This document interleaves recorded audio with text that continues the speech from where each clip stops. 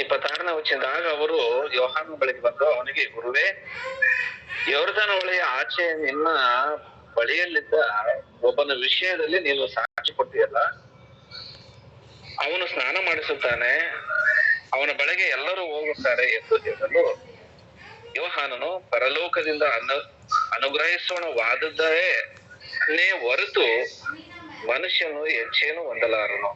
ನಾನು ಕ್ರಿಸ್ತನಲ್ಲ, ಆತನ ಮುಂದೆ ಕಳಿಸಲ್ಪಟ್ಟವನಾಗಿದ್ದೇನೆ ಎಂದು ನಾನು ಹೇಳಿದ್ದಕ್ಕೆ ನೀವೇ ಸಾಕ್ಷಿ. ಅಂದ್ರೆ ಯೇಸು ಕ್ರಿಸ್ತನ ಮುಂಚೆ ಆತನ ಮಾರ್ಗವನ್ನು ಸರಳವಾಗಿ ಮಾಡುವುದಕ್ಕೆ ಬಂದಂತ, ಆತನ ದಾರಿಯನ್ನು ನೆಟ್ಟಗೆ ಮಾಡುವುದಕ್ಕೆ ಬಂದಂತ ಸ್ಥಾನಿಕನಾದ ಯೋಹಾನನು ಏನ್ ಹೇಳ್ತಾ ಇದ್ದಾನೆ ಅಂತಂದ್ರೆ, ಆ ಕ್ರಿಸ್ತನು ನಾನಲ್ಲ, ಆತನ ಮುಂದೆ ನಾನು ಕಳಿಸಲ್ಪಟ್ಟಿದ್ದೇನೆ ಅಂತ ಹೇಳಿ ನಾನು ಹೇಳಿದ್ದೆ ನೀವೇ ಸಾಕ್ಷಿ ಅಂತ ಹೇಳ್ತಾ ಇದ್ದಾನೆ. ಮೊದಲಿಗಿತ್ತಿ ಉಳ್ಳವನೇ ಮೊದಲಿಂಗನು ಅಂತ ಹೇಳ್ತಾ ಇದ್ದಾನೆ.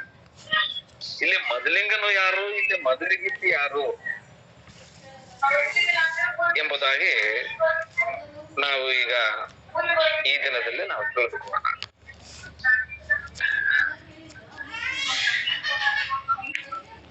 ಯಾರು ಬ್ರದರ್ ಹೇಳ್ತಾರ? ಯಾರಿಗಾದ್ರೂ ಗೊತ್ತಾ? ಮೊದಲಿಂಗನು ಯಾರು, ಮೊದಲಿಗಿತ್ತಿ ಯಾರು? ಮೊದಲಿಂಗಿ ಉಳ್ಳವನೇ ಮೊದಲಿಗಿತ್ತಿ ಉಳ್ಳವನೇ ಮೊದಲಿಂಗನು. ಮೊದಲಿಗಿತ್ತಿ ಅಂದ್ರ ನಾವು, ಮೊದಲಿಂಗ ಅಂದ್ರೆ ಎಷ್ಟು ಕ್ರಿಸ್ತನು. ಮೊದಲಿಗಿತ್ತಿ ಅಂದ್ರೆ ನಾವು ಕ್ರಿಸ್ತನ ಸಭೆ. ಮೊದಲಿಂಗನು ಅಂದ್ರೆ ಯೇಸು ಕ್ರಿಸ್ತನು. ಯೇಸು ಕ್ರಿಸ್ತನು ಮೊದಲಿಂಗನು. ಆ ಮೊದಲಿಂಗನಿಗೆ ಯಾರಿದ್ದಾರೆ ಅಂತಂದ್ರೆ ಮೊದಲಿಗಿತ್ತಿದ್ದಾಳೆ. ಆ ಮೊದಲಿಗಿತ್ತಿಯನ್ನು ಉಳ್ಳಂತ ಆತನು ಮೊದಲಿಂಗನು, ಯೇಸು ಕ್ರಿಸ್ತನು. ಈಗ ಮೊದಲಿಗಿತ್ತಿ ಯಾರು ಅಂತಂತಂದ್ರೆ ನಾವು ಅಂದ್ರೆ ಸ್ಪೆಸಿಫಿಕ್ ಆಗಿ ಹೇಳ್ಬೇಕಾದ್ರೆ ನಾವು ವಾಕ್ಯದ ಮುಖಾಂತರವಾಗಿ ಸ್ವಲ್ಪ ನಾವು ತಿಳಿದುಕೊಳ್ಳೋಣ. ಯೇಸು ಕ್ರಿಸ್ತನಿಗೆ ಮರಿಯಳಿಗೆ ನಿಶ್ಚಿತಾರ್ಥ ಆಗಿರುತ್ತೆ. ಲೂಕನು ಬರೆದಂತ ಸುವಾರ್ತೆ 1ನೇ ಅಧ್ಯಾಯ 27ನೇ ವಚನ ಒಂದ್ಸತಿ ನಾವು ನೋಡೋಣ. ಲೂಕನು ಬರೆದಂತ ಸುವಾರ್ತೆ 1ನೇ ಅಧ್ಯಾಯ 27ನೇ ವಚನ.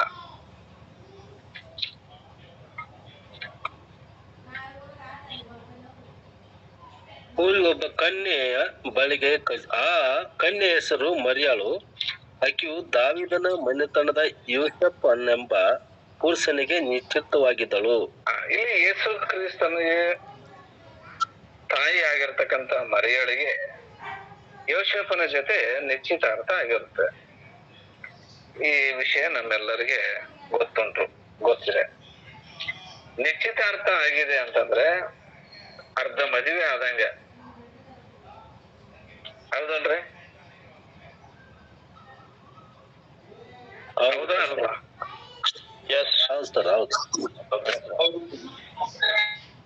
ಹೌದು. ಈಗ ಮದುವೆ ಮಾಡಿಕೊಳ್ಳೋದಕ್ಕಿಂತ ಮುಂಚೆ ಏನು ನಡೀತದ ಅಂತಂದ್ರೆ, ಕನ್ಯೆಯನ್ನ ನಾವು ನೋಡಿ ಮಾತುಕತೆ ಆಡ್ತೀವಿ.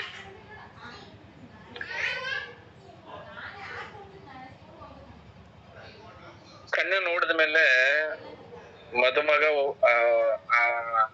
ಮಾಡಿಕೊಳ್ಳುವಂತ ಆ ಹುಡುಗ ಒಪ್ಪಬೇಕು, ಮಾಡಿಕೊಳ್ಳುವಂತ ಆ ಹುಡುಗಿ ಕೂಡ ಒಪ್ಪಬೇಕು, ಹೌದಲ್ರಿ?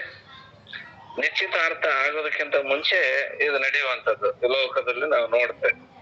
ಆ ಒಪ್ಪಿಕೊಂಡ ಮೇಲೆ ಅಲ್ಲಿ ಏನು ನಡೀತದ ಅಂತಂದ್ರೆ, ಆ ಕನ್ಯೆಯನ್ನ ತೆರವು ಎನ್ನುವಂಥದ್ದನ್ನ ಕೊಟ್ಟು ಆ ಕನ್ಯೆಯನ್ನ ತೆಗೆದುಕೊಳ್ತಾರೆ, ಹೌದಲ್ರಿ? ತೆರವು ಕೊಡ್ತಾರಲ್ಲ, ಕೊಡ್ತಾರೆ. ಒಂದು ಸಂದರ್ಭದಲ್ಲಿ ಯಾಕೋಬನಿಗೆ 12 ಮಂದಿ ಮಕ್ಕಳು, ಅದರಲ್ಲಿ ಒಬ್ಬ ತಂಗಿ ಇರ್ತಾಳೆ ದೀನಳು. ಅನ್ಯ ರಾಜ್ಯ ಆಕೆಯನ್ನು ಇಷ್ಟಪಟ್ಟಾಗ ನಿಮಗೇನು ತೆರವು ಬೇಕಲ್ಲ ನಾನು ಕೊಡ್ತೀನಿ, ಆ ಹುಡುಗಿನ ಕೊಡ್ರು ಅಂತೇಳಿ ಕೇಳ್ತಾನೆ. ನೀನ್ ಏನು ತೆರವು ಕೊಟ್ರು ಸುನ್ನತಿ ಇಲ್ಲದಂತ ನಿಮಗೆ ಕೊಡಲ್ಲ ಅಂತ ಹೇಳ್ತಾರೆ. ಅಣ್ಣನವ್ರು ಜಗಳ ಮಾಡ್ತಾರೆ. ಅಲ್ಲಿ ದೊಡ್ಡ ಜಗಳ ಆಗುತ್ತೆ, ದೊಡ್ಡ ರಾದಂತಾಗುತ್ತೆ. ಅಂದ್ರೆ ಒಂದು ಕನ್ಯೆಯನ್ನು ತೆಗೆದುಕೊಳ್ಬೇಕಂದ್ರೆ ತೆರವು ಕೊಟ್ಟ ಮೇಲೆ ಏನಾಗುತ್ತೆ ಅಂದ್ರೆ ನಿಶ್ಚಿತಾರ್ಥ ಆಗುತ್ತೆ. ನಿಶ್ಚಿತಾರ್ಥ ಮಾಡಿಕೊಳ್ತಾರೆ. ಅದೇ ಇಲ್ಲಿ ಯೇಸು ಕ್ರಿಸ್ತನಿಗೆ ಮರಿಯಳ ಜೊತೆ ನಿಶ್ಚಿತಾರ್ಥ ಇದೆ. ಅಂದ್ರೆ ನಿಶ್ಚಿತಾರ್ಥ ಆಗ್ಯದಂತಂದ್ರೆ ಅರ್ಧ ಮದುವೆ ಆದಂಗೆನೆ, ಫಿಕ್ಸ್ ಆದಂಗೆನೆ. ಹೌದಲ್ರಿ? ಇನ್ನೇನು ಮದುವೆ ಆಗದಂದ್ರೆ ಬಾಕಿ ಉಳಿದಿರುತ್ತೆ. ಒಂದು ಅರ್ಧ ಕೆಲಸ ಆಗೋಗಿರುತ್ತೆ, 3/4% ಆಗೋಗಿರುತ್ತೆ ನಿಶ್ಚಿತಾರ್ಥ ಆದಗಳಿಗೆ. ಹೌದಲ್ರಿ? ಇಲ್ಲಿ ಯೇಸು ಕ್ರಿಸ್ತನ ತಾಯಿ ಆಗಿರತಕ್ಕಂತ ಮರಿಯಳಿಗೆ ಜೊತೆಯಲ್ಲಿ ಗಾಬ್ರಿಯಲ್ ದೂತ ಬಂದು ಹೇಳ್ತಾನೆ, ನೀನ್ ಹೆದರಬೇಡಮ್ಮ, ದೇವರ ದಯೆ ನಿನಗೆ ದೊರಕಿತು, ಈಗೋ ನೀನು ಗರ್ಭಿಣಿಯಾಗಿ ಮಗನನ್ನ ಎರವಿ ಅಂತ ಹೇಳ್ತಾನೆ. ಅಂದ್ರೆ ಯೋಸೇಫನಿಗೆ ಇಲ್ಲಿ ಅನುಮಾನ ಬರುತ್ತೆ, ಇನ್ನ ನಾನು ಆಕೆಯನ್ನ ನಾನು ಕೂಡಿ ಇಲ್ಲ, ಹೇಗೆ ಮಗು ಆಯ್ತು ಅಂತೇಳಿ ಅನುಮಾನ ಬಂದಾಗ ದೂತನು ಯೋಸೇಫನು ಕೂಡ ಹೇಳ್ತಾನೆ, ಈಗ ಗರ್ಭಿಣಿ ಆಗಿದ್ದು ಪವಿತ್ರ ಆತ್ಮದಿಂದ, ಅದಕ್ಕಾಗಿ ನೀನು ಆಕೆಯನ್ನು ಅನುಮಾನ ಪಡಬೇಡ, ನೀನು ಸೇರಿಸಿಕೋ ಎಂಬುದಾಗಿ ಹೇಳುದು ನೋಡ್ತೇವೆ. ಹೌದಲ್ಲ ರೀ? ಹೌದು. ನಿಶ್ಚಿತಾರ್ಥ ಆದ್ಮೇಲೆ ಇವತ್ತಿನ ದಿನದಲ್ಲಿ ಇವತ್ತಿನ ದಿನಕ್ಕೆ ಬಹಳ ವ್ಯತ್ಯಾಸ ಇದೆ ಈ ಮದುವೆ ವಿಷಯದಲ್ಲಿ. ಮೊದಲಿನ ಕಾಲಿನ ನಮ್ಮ ಪೂರ್ವಿಕರು, ನಮ್ಮ ಅವ್ರನ್ನ ನೋಡಿದ್ರೆ ಅವ್ರ ಮಾತು ಕೊಟ್ಟದಂದ್ರೆ ಅವನು ಕುರುಡ ಆದ್ರೂ ಕುಂಟ ಆದ್ರೂ ಎಂತ ವ್ಯಕ್ತಿ ಆದ್ರೂ ಆಕೆ ಹೆಂಗೆ ಇರ್ಲಿ ಮದ್ವೆ ಆಗಿರ್ಬೇಕು. ಮಾತಾಗ್ಯದಂದ್ರೆ ನಿಶ್ಚಿತಾರ್ಥವೇ ಅಂದ್ರೆ ಮೊದಲಿನವರು ಹೇಳ್ತಿರ್ತಾರೆ, ನಮ್ಮ ತಾತನವರು ನಮ್ಮ ಅಪ್ಪನವರೇ ಹೇಳ್ತಾರೆ, ನಿಜವಲ್ಲ ನಿಮ್ಮಮ್ಮನ್ ನೋಡ್ಬೇಕಾದ್ರೆ ನಿಮ್ಮಮ್ಮನ ನೋಡೇ ಇಲ್ಲ ಅಂತ ಹೇಳ್ತಿರ್ತಾರೆ. ಅಂದ್ರೆ ಅವರು ತಂದೆ ತಾಯಿ ಯಾರನ್ನ ನಿಶ್ಚಯ ಮಾಡ್ತಾರೋ, ಯಾರನ್ನ ಒಪ್ಪುತ್ತಾರೋ ಅವ್ರನ್ನೇ ಮದ್ವೆ ಮಾಡ್ಕೊತಿದ್ರು. ಹೌದಲ್ರಿ? ಹೌದ್ರಿ ಸರ್. ತಂದೆ ತಾಯಿ ಮೇಲೆ ಅವ್ರ ಮಾತಿನ ಮೇಲೆ ವಿಶ್ವಾಸ ಇತ್ತು, ಅವ್ರಿಗೆ ನಂಬಿಕೆ ಇತ್ತು, ನಂಬಿಕೆ ಇತ್ತು. ಆ ನಂಬಿಕೆ ಮೇಲೆನೆ ಅವರು ಮದ್ವೆ ಮಾಡಿಕೊಳ್ತಿದ್ರು. ಅದೇ ಮಾತನ್ನ ಹಿರಿಯರ ಮೇಲೆ ಹಳೆ ಒಡಂಬಡಿಕೆಯಲ್ಲಿ ಓಶಾಯನು ಬರೆದಂತ ಗ್ರಂಥ 2ನೇ ಅಧ್ಯಾಯ 20ನೇ ವಚನದಲ್ಲಿ ಒಂದು ಮಾತಿದೆ. ಒಂದ್ಸತಿ ಅದನ್ನ ನೋಡಿ ನಾವಿಲ್ಲಿಗೆ ಬರೋಣ. ಓಶಾಯನು ಬರೆದಂತ ಗ್ರಂಥ 2ನೇ ಅಧ್ಯಾಯ 20.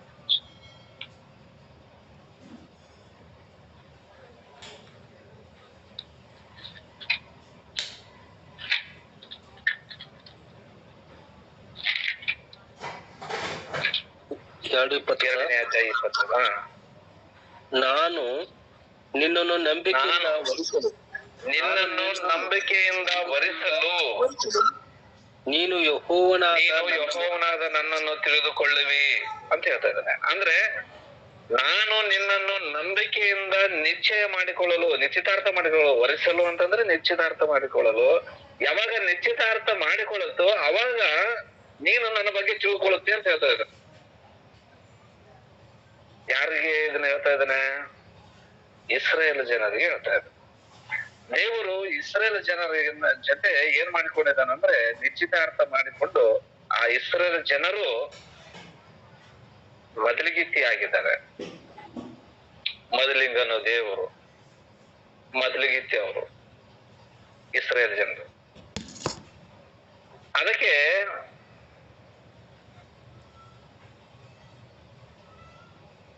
ಹೌದು, ನೀತಿ ನ್ಯಾಯ ಪ್ರೀತಿ ದಯಗಳಿಂದ ನಿನ್ನನ್ನು ವರಿಸುವೆನು. ನಾನು ನಿನ್ನನ್ನು ನಂಬಿಕೆಯಿಂದನೇ ನಾನು ನಿನ್ನ ಜೊತೆ ನಿಶ್ಚಿತಾರ್ಥ ಮಾಡಿಕೊಳ್ತಾ ಇದ್ದೀನಿ. ನಿಶ್ಚಿತಾರ್ಥ ಆದ ಮೇಲೆ ನೀನು ಯೆಹೋವನಾದ ನನ್ನನ್ನು ನೀನು ತಿಳ್ಕೊಳ್ಳುವಿ ಅಂತ ಹೇಳ್ತಾ ಇದ್ದಾನೆ. ಹೌದು, ಯಾವಾಗ ನಿಶ್ಚಿತಾರ್ಥ ಆಗುತ್ತೋ, ಯಾವಾಗ ನಮಗೆ ನಿಶ್ಚಯ ಆಗುತ್ತೋ ವಧುವಿನ ಜೊತೆ, ಅವಾಗ ಆ ವ್ಯಕ್ತಿಯ ವ್ಯಕ್ತಿತ್ವವನ್ನ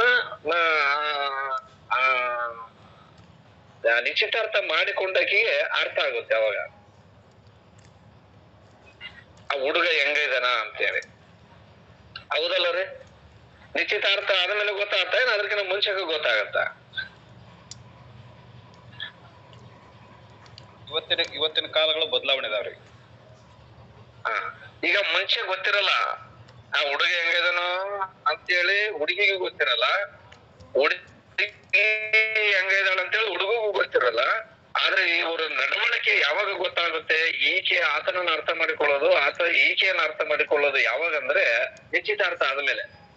ನಿಶ್ಚಿತಾರ್ಥ ಆದ್ಮೇಲೆ ನಿಜ ಸ್ವರೂಪ ನಿಜ ಬಣ್ಣ ಏನಂತೇಳಿ ಅವಾಗ ಒಬ್ರನ್ನೊಬ್ರು ಅರ್ಥ ಮಾಡಿಕೊಳ್ತಾರೆ. ಅವಾಗ ಇವ್ರ ಎಂತ ಸ್ವಭಾವದಿಂದ ಕೂಡಿದವರು, ಇವ್ರ ಎಂತ ಕ್ಯಾರೆಕ್ಟರ್ ಕೂಡಿದವರು ಅಂತೇಳಿ ಈ ಹುಡುಗನ ಕ್ಯಾರೆಕ್ಟರ್ ಹುಡುಗಿಗೆ ಅರ್ಥ ಆಗುತ್ತೆ, ಹುಡುಗಿನ ಕ್ಯಾರೆಕ್ಟರ್ ಹುಡುಗಿಗೆ ಅರ್ಥ ಆಗುತ್ತೆ. ಇಲ್ಲಿ ದೇವರು ಇಲ್ಲಿ ಮೊದಲಿಂಗನ ಸ್ಥಾನದಲ್ಲಿದ್ದಾನೆ. ಮೊದಲಿಗಿತ್ತಿ ಇಸ್ರೇಲ್ ಜನರು ಮೊದಲಿಗಿತ್ತಿ ಸ್ಥಾನದಲ್ಲಿದ್ದಾನೆ. ಆ ಮೊದಲಿಗಿತ್ತಿ ಸ್ಥಾನದಲ್ಲಿರ್ತಕ್ಕಂತ ಅವರಿಗೆ ಏನ್ ಹೇಳ್ತಾ ಇದ್ದಾನೆ ಅಂದ್ರೆ, ನಾನು ನಿನ್ನನ್ನ ಪ್ರೀತಿ ನ್ಯಾಯ ನೀತಿಗಳಿಂದ ನಾನು ನಿನ್ನನ್ನ ನಿಶ್ಚಿತಾರ್ಥ ಮಾಡಿಕೊಳ್ತಾ ಇದ್ದೀನಿ, ನಾನು ನಿನ್ನನ್ನು ನಂಬಿಕೆಯಿಂದನೇ ನಾನು ನಿನ್ನನ್ನು ನಿಶ್ಚಿತಾರ್ಥ ಮಾಡಿಕೊಳ್ತಾ ಇದ್ದೀನಿ. ಆ ನಿಶ್ಚಿತಾರ್ಥ ಮಾಡಿಕೊಂಡ ಮೇಲೆ ನೀನು ನನ್ನನ್ನು ನೀನು ತಿಳಿದುಕೊಳ್ಳಲಿ ಅಂತ ಹೇಳ್ತಾರೆ. ಅಂದ್ರೆ ದೇವರು ಮೊದಲಿಂಗನು ಇಸ್ರೇಲ್ ಜನರು ಮೊದಲಿಗಿತ್ತಿ ಆಗಿದ್ದಾರೆ. ಈ ಮೊದಲಿಗಿತ್ತಿ ಆ ಮೊದಲಿಂಗನನ್ನ ಎಷ್ಟರ ಮಟ್ಟಿಗೆ ತಿಳಿದುಕೊಂಡಿದ್ದಾರೆ ಇವರು. ಆ ಮೊದಲಿಂಗನು ಇವ್ರನ್ನ ನಂಬಿಕೆ ಇಟ್ಟನೆ, ನಂಬಿಕೆಯಿಂದನೇ ಇವ್ರ ಜೊತೆ ನಿಶ್ಚಿತಾರ್ಥ ಮಾಡಿಕೊಂಡು ಇವ್ರ ಜೊತೆ ಒಡಂಬಡಿಕೆ ಮಾಡಿಕೊಂಡು ಇವ್ರನ್ನ ಏನ್ ಮಾಡ್ತಾ ಇದ್ದಾನೆ ಅಂತಂದ್ರೆ ಮುಂದೆ ನಡೆಸ್ತಾ ಇದ್ದಾನೆ ದೇವರು. ಇವ್ರ ಜೊತೆ ಮುಂದುವರಿತಾ ಇದ್ದಾನೆ ದೇವರು. ಒಂದು ಜನಾಂಗದ ಜೊತೆ ದೇವರು, ಇಸ್ರೇಲ್ ಜನಾಂಗದ ಜೊತೆ ದೇವರು ಮೊದಲಿಂಗನಾಗಿ ಇಸ್ರೇಲ್ ಜನರ ಮೊದಲಿಗಿತ್ತಿಯಾಗಿ ಈ ಸಂಬಂಧದಿಂದ ಇವರು ಮುಂದುವರಿತಾರೆ. ಅದಕ್ಕೆ ಅನೇಕ ಸಂದರ್ಭದಲ್ಲಿ ನಾವು ಈ ಹಳೆ ಒಡಂಬಡಿಕೆಯಲ್ಲಿ ನೋಡಿದಾಗ ದೇವರ ಜೊತೆಗೆ ಇವರು ನಿಶ್ಚಿತಾರ್ಥ ಮಾಡಿಕೊಂಡಿದ್ದಾರೆ, ಒಪ್ಪಿಕೊಂಡಿದ್ದಾರೆ. ಆ ನಂಬಿಕೆಯಿಂದನೇ ದೇವ್ರು ಮಾಡಿಕೊಂಡನ. ಆದ್ರೆ ಇವರು ನಂಬಿಕೆ ದ್ರೋಹದ ಕೆಲಸವನ್ನ ಬರ್ತಾ ಮಾಡ್ತಿದ್ದಾರೆ. ಅಂದ್ರೆ ನೀವು ನನ್ನನ್ನ ಬಿಟ್ಟು ನೀವು ಮಿಂಡನನ್ನ ಮಾಡಿದ್ರಿ ಅಂತಾನೆ. ಎಂತ ಮಾತಂತ ಇದ್ದಾನೆ ಅಂದ್ರೆ, ನನ್ನನ್ನು ಬಿಟ್ಟು ನೀವು ಅನ್ಯ ದೇವತೆಗಳನ್ನ ನೀವು ಪೂಜಿಸಿದ್ರಿ. ಅನ್ಯ ದೇವತೆಗಳೇ ಮಿಂಡ್ರು. ನನ್ನನ್ನು ಬಿಟ್ಟು ನೀವು ಎಷ್ಟೋ ಸಾರಿ ಹೋಗಿದ್ರಿ. ಅದಕ್ಕೆ ಇಲ್ಲಿ ಓಶಾಯನಿಗೆ ಗ್ರಂಥದಲ್ಲಿ ನಾವು ನೋಡಿದಾಗ ಇದರ ವಿಷಯ ಗಂಡ ಹೆಂಡತಿಯ ಸಂಬಂಧದ ಕುರಿತು ಇಲ್ಲಿ ನಮಗೆ ಸ್ಪಷ್ಟವಾಗಿ ಅರ್ಥ ಆಗುತ್ತೆ. ಅಂದ್ರೆ ನೀವು ಎಷ್ಟೋ ಸಾರಿ ನನ್ನನ್ನ ಬಿಟ್ಟು ಹೋದ್ರೆ, ಆದ್ರೂ ನಾನು ನಿಮ್ಮನ್ನ ಏನ್ ಮಾಡ್ತಾ ಇದ್ದೀನಿ, ಸ್ವೀಕರಿಸ್ತಾ ಇದ್ದೀನಿ. ಆದ್ರೂ ನಿಮ್ಮನ್ನ ನಾನು ಸಹಿಸ್ಕೊಳ್ತಾ ಇದ್ದೀನಿ. ಮುಂದುವರಿರಿ, ತಿದ್ದಿಕೊಳ್ರಿ. ಈಗಲಾದ್ರೂ ನಿಮ್ಮ ಮನಸ್ಸನ್ನ ಬದಲಾವಣೆ ಮಾಡಿಕೊಳ್ರಿ. ಆ ರೀತಿಯಲ್ಲಿ ನೀವು ಹೋಗ್ಬಾಡ್ರಿ ಅಂತೇಳಿ ಎಷ್ಟೋ ಸಾರಿ ನಾವು ನೋಡ್ತಾ ಇದ್ದೀವಿ. ಒಬ್ಬ ಪ್ರವಾದಿ ಇದ್ದಾನೆ. ಯಾರು ಪಾಸ್ಟ್ರೆ? ಯಾರು ನೋಡ್ರಿ ಪಾಸ್ಟ್ರೆ, ಮೀಟ್ ಮಾಡ್ಕೊಳ್ರಿ.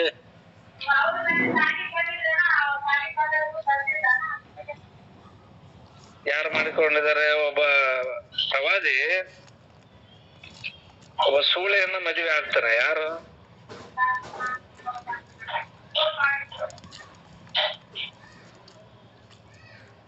ಯಾರು ಗೊತ್ತಿದೆ? ಸಂಸೋನು.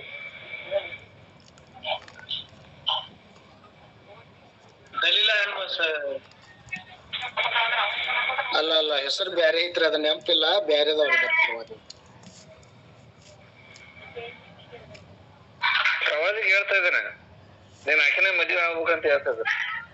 ಯಾಕೆ ಅಂತಂದ್ರೆ ಆ ವಿಷಯ ಅವ್ರಿಗೆ ಅರ್ಥ ಆಗ್ಬೇಕು. ಅವ್ರಿಗೆ ಯಾಕೆ ಅರ್ಥ ಆಗ್ಬೇಕಂದ್ರೆ, ಅಂದ್ರೆ ಬೇರೆಯವ್ರ ಜೊತೆ ಮದುವೆ ಆಗೋಕಿನ ಜೊತೆಗೆ ಮದುವೆ ಆಗ್ಬೇಕಂದ್ರೆ ಎಷ್ಟು ಕಷ್ಟ ನೋಡ್ರಿ. ನಮ್ ಕೈಲಿ ಆಗತ್ತಾ? ಮಾಡ್ಕೊಳ್ತವ್ರಿ. ಸುಮ್ಮನೆ ಅಕ್ರಮ ಸಂಬಂಧ ಐತಂದ್ರೇನೆ ಇವತ್ತು ಕುತ್ತಿಗೆ ತಗೊಂಡು ಹೋಗ್ತಾರ ಸ್ಟೇಷನ್ಗೆ. ಕಟ್ ಮಾಡ್ಕೊಂಡು ಕುತ್ತಿಗೆ ಕೂದಲು ಹಿಡ್ಕೊಂಡು ಸ್ಟೇಷನ್ ತಗೊಂಡು ಮುಂದೆ ಇಡ್ತಾರಾಗ. ನನ್ನ ಬಿಟ್ಟು ಈಗ ಅಕ್ರಮ ಸಂಬಂಧ ಇಟ್ಕೊಂಡಿದ್ದಾರೆ. ಮೊನ್ನೆ ನಿನ್ನೇನು ಬಂದದ್ರು ಇದ್ರ ಕಿವಿ ಹೋಗಿ ಸ್ಟೇಷನ್ ತಗೊಂಡು ಹೋಗಿದ. ಯಾಕೆ ಅಂತಂದ್ರೆ ಅಕ್ರಮ ಸಂಬಂಧ ಇಟ್ಕೊಂಡಿದ್ದಾರೆ. ಅಂದ್ರೆ ಅದನ್ನ ಸಹಿಸಲ್ಲ, ನಾವು ಯಾರು ಸಹಿಸಲ್ಲ. ಆದ್ರೆ ದೇವರು ಇವ್ರ ಜೊತೆ ನಂಬಿಕೆಯಿಂದ ನಿಶ್ಚಿತಾರ್ಥ ಮಾಡಿಕೊಂಡ್ರೆ, ಆ ದೇವರ ಜೊತೆಯಲ್ಲೇ ಇವರು ಇದ್ದುಕೊಂಡು ಮುಂದುವರಿಯುವ ಬದಲು ಅನ್ಯ ದೇವತೆಗಳಿಗೆ ಹೋಗಿ ಪೂಜೆ ಮಾಡಿ ಅದರಲ್ಲಿ ಅವರು ಮುಂದುವರಿತಾ ಇದ್ದಾರೆ. ಈಗ ಅಂತವ್ರನ್ನ ಮತ್ತೆ ದೇವ್ರು ಹೆಂಗ ಸ್ವೀಕರಿಸ್ಬೇಕು? ಈಗ ಇದನ್ನ ಬಿಟ್ಟು ಹೋದಂತವ್ರನ್ನ ದೇವ್ರ ಹೆಂಗ್ ಸ್ವೀಕರಿಸ್ಬೇಕು ಈಗ? ಅದಕ್ಕೆ ಅರ್ಥ ಆಗ್ಬೇಕಂತೇಳಿ ಆ ಪ್ರವಾದಿ ಹೇಳ್ತಾನ, ನೀನ್ ಆಕಿನ ಮದುವೆ ಆಗಂತ. ಆ ಮದುವೆ ಆಗ್ತಾರ. ಆಕೆ ಬಿಟ್ಟು ಬಿಟ್ಟು ಬರೀ ಮಂಡ್ರ ಜೊತೆಗೆ ಹೋಗ್ತಾಳ. ಆದ್ರೂ ಕರ್ಕೊಂಬಾರವಿ, ಹಂಗ ಹೋಗ್ಬೇಡವಿ, ಬ್ಯಾಡವಿ ಅಂತೇಳಿ ತಿಳಿಸಿ ಅದನ್ನ ಆದ್ರನ್ನ ಆಕಿ ಹಂಗ ಹೋಗ್ತಾಳ. ಅಂದ್ರೆ ಇಸ್ರೇಲ್ ಜನರು ಆ ರೀತಿಯಲ್ಲಿ ಮಾಡ್ತಾ ಇದಾರೆ ಅವರು. ಅಂದ್ರೆ ನಿಶ್ಚಿತಾರ್ಥ ಮಾಡಿಕೊಂಡಂತ ದೇವರಲ್ಲಿ ಅವ್ರು ನಿಂತ್ಕೊಳ್ತಾ ಇಲ್ಲ, ಬಿಟ್ಟು ಹೋಗ್ತಾರೆ. ಈಗ ಭೌತಿಕವಾಗಿ ನಾವು ನೋಡ್ತಾ ಇದ್ವಿ, ನಿಶ್ಚಿತಾರ್ಥ ಮಾಡಿಕೊಂಡ ಮೇಲೆ ಎಷ್ಟೋ ಜನ ಸಂಬಂಧಗಳು ಒಡೆದು ಹೋಗಿಲ್ಲ. ಇವತ್ತು ನಾವು ಕಣ್ಣಾರ ನೋಡ್ತಾ ಇದ್ವಿ. ಅಂದ್ರೆ ಅದರ ಬೆಲೆ, ಅದರ ವ್ಯಕ್ತಿತ್ವ, ಅದರ ಬೆಲೆ ನಮಗೆ ಅರ್ಥ ಆಗ್ತಾ ಇಲ್ಲ, ಗೊತ್ತಾಗ್ತಾ ಇಲ್ಲ. ಅದು ಎಷ್ಟು ಪ್ರಾಮುಖ್ಯವಾಗಿದೆಯೋ, ಎಷ್ಟು ಘನವಾಗಿದೆಯೋ, ಎಷ್ಟು ಮಹತ್ವ ಉಳ್ಳದೋ ಅದು ಅನ್ನೋದು ಅರ್ಥ ಆಗ್ತಾ ಇಲ್ಲ. ಅವತ್ತು ಇಸ್ರೇಲ್ ಜನರಿಗೂ ಕೂಡ ಅದು ಅರ್ಥ ಆಗ್ತಾ ಇಲ್ಲ. ಈ ಗಂಡ ಹೆಂಡತಿಯ ಸಂಬಂಧ ನಿಷ್ಕಳಂಕವಾಗಿರ್ಬೇಕು ಅಂತೇಳಿ ದೇವರು ಹೇಳ್ತಾ ಇದ್ರೆ, ಆ ನಿಷ್ಕಳಂಕವಾಗಿರ್ಬೇಕಾಗಿರ್ತಕ್ಕಂತ ಈ ಸಂಬಂಧ ಕಳಂಕವನ್ನ ಉಂಟು ಮಾಡ್ತಾ ಇದ್ದಾನೆ ಸೈತಾನನು. ಅವನ ಆಲೋಚನೆಗಳನ್ನ ಹೊಂದಿಕೊಂಡು ನಾವು ಕೂಡ ಪರಿಶುದ್ಧವಾಗಿರ್ತಕ್ಕಂತ ಆ ವಿವಾಹಕ್ಕೆ, ಪರಿಶುದ್ಧವಾಗಿರ್ತಕ್ಕಂತ ಆ ಮದುವೆಗೆ ನಾವು ಕೂಡ ಇವತ್ತು ಕಳಂಕವನ್ನ ಉಂಟು ಮಾಡ್ತೇವೆ. ಓಕೆ, ಸಾಕು, ಅಲ್ಲಿ ಹೋಗೋಣ. ನಂದು ಮುಂದೆ ಸಬ್ಜೆಕ್ಟ್ ಇದೆ, ಮುಂದೆ ಹೋಗೋಣ. ಈಗ ನಾವು ಯಾರ ಜೊತೆ, ಈಗ ಮೊದಲಿಂಗನ ಯೇಸು ಕ್ರಿಸ್ತನಾದ್ಮೇಲೆ ಈಗ ಮೊದಲಿಗಿತ್ತಿ ಯಾರು? ಮೊದಲಿಗಿತ್ತಿ ಉಳ್ಳವನೇ ಮೊದಲಿಂಗನು ಅಂತೇಳಿ ಯೋಹಾನನ್ ಹೇಳ್ತಾ ಇದ್ದಾನಂತಂದಾಗ, ಮೊದಲಿಂಗನು ಯೇಸು ಕ್ರಿಸ್ತನ್ ಅಂತೇಳಿ ನಮಗೆ ಎಲ್ಲರಿಗೂ ಅರ್ಥ ಆದ್ಮೇಲೆ ಈಗ ಮೊದಲಿಗಿತ್ತಿ ಯಾರು? ಮೊದಲಿಗಿತ್ತಿ ಯಾರು? ನಾವೇ ಮೊದಲಿಗಿತ್ತಿ. ಸಭೆ ನಾವೇ ಮೊದಲಿಗಿತ್ತಿ. ಯಾರು ಮೊದಲಿಗಿತ್ತಿ ನೋಡೋಣ. ಕೊರಿಂಥದವರಿಗೆ ಬರೆದ 2ನೇ ಪತ್ರಿಕೆ. ಏನಾಗಿದೆ ಈಗ? ನಮಗೆ ಮದುವೆ ಆಗಿದೆನಾ, ಏನ್ ನಿಶ್ಚಿತಾರ್ಥ ಆಗಿದೆನಾ? ಈಗ ಮೊದಲಿಂಗ ಯೇಸು ಕ್ರಿಸ್ತನು ಮೊದಲಿಗೆ ನಾವಂದ್ರೆ ನಮಗೇನ ಮದುವೆ ಆಗಿದೆನಾ, ಏನ ನಿಶ್ಚಿತಾರ್ಥ ಆಗಿದೆನಾ? ಮದುವೆ ಆಗಿದ್ರಿ.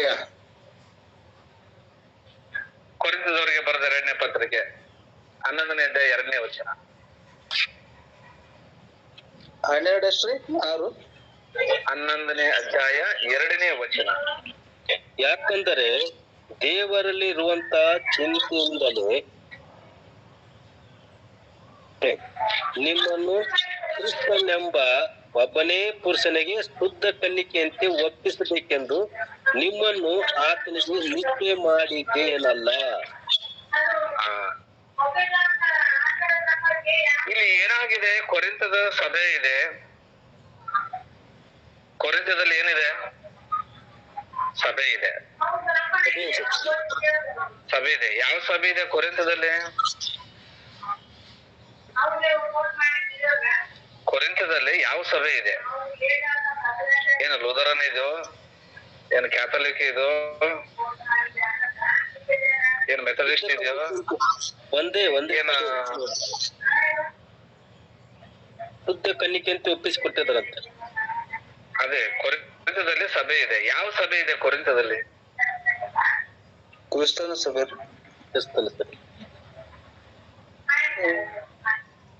ಕೊರಿಂಥದಲ್ಲಿ ಯಾವ ಸಭೆ ಇದೆ?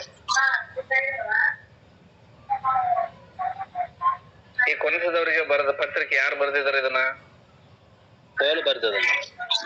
ಇದರಲ್ಲಿ ಇಬ್ರು ಹೇಳ್ತಾ ಇದಾರೆ, ಯಲ್ಲಪ್ಪ ಬ್ರದರ್ ಮತ್ತೆ ನಮ್ಮ ಇವರು ಪೌಲ ಬರ್ದಿದ್ದಾನ್ರಿ. ಉಳಿದವರು ಅಶೋಕ್ ಬ್ರದರ್ ನೀವು ಮಾತಾಡ್ಬೇಕ್ರಿ. ಈ ಪತ್ರಿಕೆಯನ್ನು ಯಾರು ಬರ್ದಿದ್ದಾರೆ? ಪೌಲನು ಬರ್ದಿದ್ದಾರೆ. ಪೌಲ ಬರ್ದಿದ್ದಾರೆ. ಓಕೆ, ಈ ಕೊರಿಂಥದಲ್ಲಿ ಯಾವ ಸಭೆ ಇದೆ ಅಂತೇಳಿ ನಾನು ಪ್ರಶ್ನೆ ಮಾಡಿದೆ. ಯಾವ ಸಭೆ ಇದೆ ಕೊರಿಂಥದಲ್ಲಿ? ಕ್ಯಾಥಲಿಕ್ ಇದನೋ, ಏನು CSI ಇದನೋ, ಏನು ಮೆಥಡಿಸ್ಟ್ ಇದನೋ, ಏನು AC ಇದನೋ, ಏನು ಓಸನ ಮಿನಿಸ್ಟ್ರಿ ಇದನೋ, ಇಲ್ಲ ಮರಣಾಥ ಸಭೆ ಇದನೋ? ಯಾವ ಸಭೆ ಇದೆ ಕೊರಿಂಥದಲ್ಲಿ? ದೇವರ ಸಭೆ ಐತ್ರಿ. ದೇವರ ಸಭೆ. ಯಾವ ಸಭೆ? ದೇವರ ಸಭೆ. ದೇವರ ಸಭೆ ಇದು 1ನೇ ಅಧ್ಯಾಯದಲ್ಲಿ ಬರಲಿಲ್ಲ. ದೇವರ ಸಭೆ ಎಂಬುದಾಗಿ ದೇವರ ಸಭೆ ಯಾವುದಾದ್ರು ದೇವರ ಸಭೆಯಾಗಿರುವ ಅಕಾಯ ಸೀಮೆಯಲ್ಲಿರುವ ದೇವ ಜನರೆಲ್ಲರಿಗೂ ಬರೆಯುವುದೇನೆಂದರೆ, ಯಾವ ಸಭೆ? ರೋಮಾಪುರದವರಿಗೆ ಬರೆದ ಪತ್ರಿಕೆ. ರೋಮಾಪುರಕ್ಕೆ ಪತ್ರಿಕೆ ಬರೆದವರು ಯಾರು? ರೋಮಾಪುರದಲ್ಲಿ ಸಭೆ ಇದೆ. ಆ ರೋಮಾಪುರದಲ್ಲಿ ಬರೆದ ಪತ್ರಿಕೆ ಯಾರು ಬರೆದಿದ್ದಾರೆ? ಪೌಲನು ಬರೆದಿದ್ದಾನೆ. ಆ ಪೌಲನು ಹೇಳ್ತಾನೆ, ಯಾವ ಸಭೆ ಇದೆ ನೋಡ್ರಿ, ರೋಮಪುರದವರಿಗೆ ಬರೆದ ಪತ್ರಿಕೆ 16ನೇ ಅಧ್ಯಾಯ 16ನೇ ವಚನ.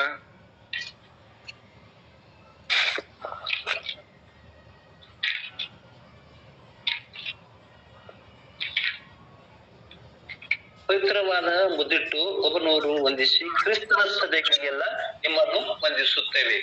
ಯಾವ ಸಭೆ? ಕ್ರಿಸ್ತನ ಸಭೆಗಳಲ್ಲಿ ಕ್ರಿಸ್ತನ ಸಭೆ ಇದೆ. ಕೊರಿಂಥದಲ್ಲಿ ಕ್ರಿಸ್ತನ ಸಭೆ ಇದೆ, ರೋಮಪುರದಲ್ಲಿ ಕ್ರಿಸ್ತನ ಸಭೆ ಇದೆ, ಫಿಲಿಪ್ಪದಲ್ಲಿ ಇದೆ, ಗಲಾತ್ಯದಲ್ಲಿದೆ, ಕೊಲೊಸ್ಸೆದಲ್ಲಿದೆ, ಕ್ರಿಸ್ತನ ಸಭೆ ಇರೋದು. ಇವೆಲ್ಲ ಪತ್ರಿಕೆ ಬರೆದಿದ್ದು ಪೌಲನು. ಆ ಪೌಲನು ಹೇಳ್ತಾನೆ ಕ್ರಿಸ್ತನ ಸಭೆಗಳಲ್ಲಿ ನಿಮ್ಮನ್ನು ವಂದಿಸ್ತೇವೆ ಅಂತ ಹೇಳ್ತಾನೆ. ಕ್ರಿಸ್ತನ ಸಭೆ ಇದೆ. ಆ ಕ್ರಿಸ್ತನ ಸಭೆಗೆ, ಕೊರಿಂಥದಲ್ಲಿರ್ತಕ್ಕಂಥ ಕ್ರಿಸ್ತನ ಸಭೆಗೆ ಪತ್ರಿಕೆಯನ್ನು ಬರುತ್ತೆ. ಏನ್ ಹೇಳ್ತಾ ಇದ್ದಾನೆ? ಮೊದಲನೇ ವಚನದಿಂದ ನಾವು ನೋಡ್ಕೊಂತ ಬಂದರೆ 11ನೇ ಅಧ್ಯಾಯ 1ನೇ ವಚನ. ನಾನು ನನ್ನನ್ನು ಹೊಗಳಿಕೊಳ್ಳುವುದರಲ್ಲಿ ಸ್ವಲ್ಪ ಬುದ್ಧಿಹೀನತೆಯಿಂದ ಮಾತನಾಡುತ್ತೇನೆ, ನೀವು ಅದನ್ನು ಸಹಿಸಿಕೊಳ್ಳುತ್ತೀರೇನೋ? ನನ್ನನ್ನು ಸಹಿಸಿಕೊಳ್ಳಬೇಕೆಂದು ನಿಮ್ಮನ್ನು ಬೇಡಿಕೊಳ್ಳುತ್ತೇನೆ. ಯಾಕೆಂದರೆ ದೇವರಲ್ಲಿರುವಂತ ಚಿಂತೆಯಿಂದಲೇ ನಾನು ನಿಮ್ಮ ವಿಷಯದಲ್ಲಿ ಚಿಂತಿಸುತ್ತೇನೆ. ಈಗ ಯಾರ ವಿಷಯದಲ್ಲಿ ಚಿಂತೆ ಮಾಡಕತ್ತೇನ ಪೌಲನು? ಕೊರಿಂಥದಲ್ಲಿರ್ತಕ್ಕಂಥ ಕ್ರಿಸ್ತನ ಸಭೆ ಸಲುವಾಗಿ ಚಿಂತೆ ಮಾಡಕತ್ತೇನ. ಯಾಕೆ ಅವ ಚಿಂತೆ ಮಾಡಕತ್ತೇನ? ನಿಮ್ಮನ್ನು ಕ್ರಿಸ್ತನೆಂಬ ಒಬ್ಬ ಪುರುಷನಿಗೆ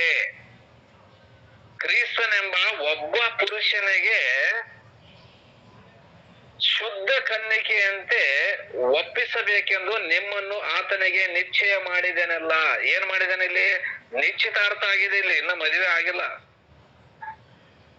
ಇನ್ನು ನಮಗಿನ್ನೂ ಮದುವೆ ಆಗಿಲ್ಲ, ನಿಶ್ಚಿತಾರ್ಥ ಮಾಡಿಕೊಂಡ್ವಿ ಅಷ್ಟೇ. ಮದುವೆ ಯಾವಾಗ ಅಂದ್ರೆ ಯೇಸು ಕ್ರಿಸ್ತನ್ ಬಂದಾಗ ಮದುವೆ, ಎರಡನೇ ಬರೋಣ. ಈಗ ನಿಶ್ಚಿತಾರ್ಥ ಆಗಿದೆ. ಯಾರ ಜೊತೆ ನಿಶ್ಚಿತಾರ್ಥ ಮಾಡಿದೀನಿ ಅಂತ ಹೇಳ್ತಾ ಇದ್ದಾನೆ? ಒಬ್ಬನೇ ಪುರುಷನಿಗೆ ಅಂತಂದ್ರೆ ನಿಮ್ಮನ್ನು ಕ್ರಿಸ್ತನೆಂಬ ಒಬ್ಬ ಪುರುಷನಿಗೆ ಅಂತ ಹೇಳ್ತದೆ. ನೋಡ್ರಿ ಎಷ್ಟು ಸ್ಪಷ್ಟವಾಗಿ ಹೇಳ್ತದೆ. ನಿಮ್ಮನ್ನು ಕ್ರಿಸ್ತನೆಂಬ ಒಬ್ಬನೇ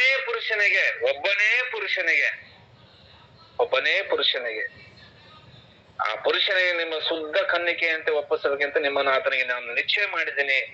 ಕೊರಿಂಥದಲ್ಲಿರ್ತಕ್ಕಂಥ ಕ್ರಿಸ್ತನ ಸಭೆ ನಿಮ್ ನಿಶ್ಚಯ ಆಗಿದೆ, ನಿಶ್ಚಿತಾರ್ಥ ಮಾಡಿಕೊಂಡಿದ್ದೀರಿ. ಮತ್ತೆ ಈಗ ನಿಶ್ಚಿತಾರ್ಥ ಮಾಡಿಕೊಂಡ ಮೇಲೆ ಈಗ ಯಾರ ಜೊತೆ ಮಾತಾಡ್ಬೇಕು, ಯಾರ ಜೊತೆ ಸಂಬಂಧ ಇರ್ಬೇಕು? ಈಗ ನಿಶ್ಚಿತಾರ್ಥ ಇವತ್ತು ನಾವು ಯಾರ ಜೊತೆ ನಿಶ್ಚಿತಾರ್ಥ ಮಾಡಿಕೊಂಡಿವಿ? ಕ್ರಿಸ್ತನೆಂಬ ಒಬ್ಬ ಪುರುಷನಿಗೇನೆ ನಮಗೆ ನಿಶ್ಚಿತಾರ್ಥ ಆಗಿದೆನಾ? ಆ ಪುರುಷನ ಜೊತೆನೇ ನಾವು ನಿಶ್ಚಿತಾರ್ಥ ಮಾಡಿಕೊಂಡಿದೀವಿನ? ಇಲ್ಲ ಯಾರ ಜೊತೆ ಬೇರೆಯವ್ರ ಜೊತೆ ನಾವು ನಿಶ್ಚಿತಾರ್ಥ ಮಾಡಿಕೊಂಡಿದ್ದೀವಿನ ಅಂತೇಳಿ ನಾವು ಇದೆ ಆಲೋಚನೆ ಮಾಡೋದು. ಇಲ್ಲಿ ಶುದ್ಧ ಕನ್ನಿಕೆ ಅಂತಂದ್ರೆ ಮೊದಲಿಗಿತ್ತಿ ಯಾರಂದ್ರೆ ಕ್ರಿಸ್ತನ ಸಭೆನೇ ಮೊದಲಿಗಿತ್ತಿ. ಮೊದಲಿಂಗನು ಯೇಸು ಕ್ರಿಸ್ತನು. ಆ ಯೇಸು ಕ್ರಿಸ್ತನು ಮೊದಲಿಂಗನ ಆದ್ಮ್ಯಾಗ ಆ ಮೊದಲಿಂಗನಿಗೆ ಮೊದಲಿಗಿತ್ತಿ ಯಾರಂದ್ರೆ ಕ್ರಿಸ್ತನ ಸಭೆನೇ ಮೊದಲಿಗಿತ್ತಿ. ಆಕಿ ಅದು ಆತನನ್ನ ಏನ್ ಮಾಡ್ಕೊಂಡಿದ್ದಾರೆ? ಒಪ್ಪಿಕೊಂಡು ಆ ಶುದ್ಧ ಕನ್ನಿಕೆಯಂತೆ ನಿಮ್ಮನ್ನು ಒಪ್ಪಿಸಬೇಕಂತೇಳಿ ನಾನು ನಿಶ್ಚಯ ಮಾಡಿದ್ದೀನಲ್ಲ ಅಂತ ಹೇಳ್ತಿದ್ದಾನೆ. ಅಂದ್ರೆ ಕೊರಿಂಥದಲ್ಲಿರ್ತಕ್ಕಂಥ ಕ್ರಿಸ್ತನ ಸಭೆ ಎಲ್ಲರೂ ಯೇಸು ಕ್ರಿಸ್ತನ್ ಎಂಬ ಮೊದಲಿಂಗನಿಗೆ ನಿಶ್ಚಿತ ಮಾಡಿದ್ರು.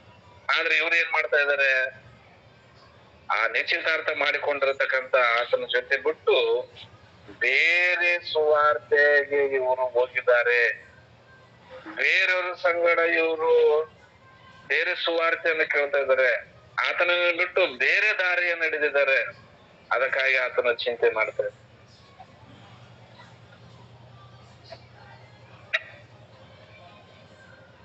ನ್ಯಾಯ ಏನ್ರಿ? ಒಬ್ರಿಗೆ ನಿಶ್ಚಿತಾರ್ಥ ಆದ್ಮೇಲೆ ಆ ಪುರುಷನ ಬಿಟ್ಟು ಇನ್ನೊಬ್ಬ ಪುರುಷನ ಜೊತೆಗೆ ಹೋಗ್ಬೋದಾ?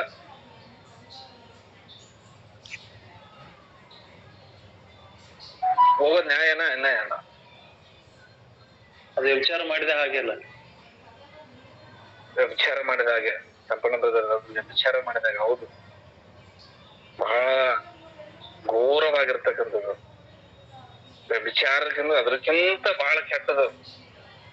ಒಬ್ಬ ಪುರುಷನ ಜೊತೆಗೆ ನಾವು ನಿಶ್ಚಯ ಆದ ಮೇಲೆ ಆ ಪುರುಷನ ಜೊತೆ ಇಲ್ಲೇನೆ ನಾವು ಮದುವೆ ಮಾಡ್ಕೋವರೆಗೂ ನಾವು ಕಾಯ್ಬೇಕು. ಈಗ ಮದುವೆ ಆಗ್ತದೆ ಪರಲೋಕದಲ್ಲಿ, ಯೇಸು ಕ್ರಿಸ್ತನ ಬಂದಾಗ ಆತನು ರಾಜ. ಈಗ ರಾಜನ ಜೊತೆಯಲ್ಲಿ ಯಾರು ಇರ್ತಾಳ? ಮದುವೆ ಮಾಡಿಕೊಂಡಾಗ ಹೆಂಡತಿ ಇರ್ತಾಳ, ಹೌದಲ್ಲ? ಪರಲೋಕದಲ್ಲಿ ಆತನ ರಾಜನಾಗಿದ್ದಾನೆ, ಬರ್ತಾನೆ. ನಿಶ್ಚಿತಾರ್ಥ ಮಾಡಿಕೊಂಡಿರತಕ್ಕಂತ ಆಕೆ ಎಲ್ಲಿರ್ತಾಳೆ? ಮದುವೆ ಮಾಡಿಕೊಂಡ ಮೇಲೆ ರಾಜನ ಹತ್ರ ಇರ್ತಾಳೆ, ಹೌದಾ ಇಲ್ವಾ?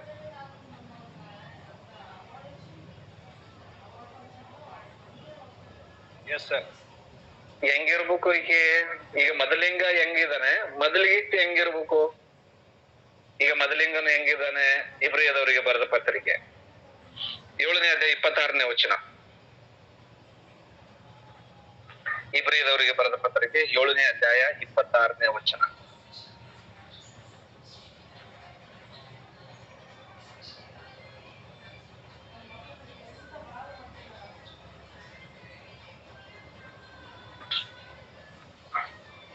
ಇಬ್ರಿಯದವರಿಗೆ ಬರೆದ ಪತ್ರಿಕೆ 7ನೇ ಅಧ್ಯಾಯ 26ನೇ ವಚನ.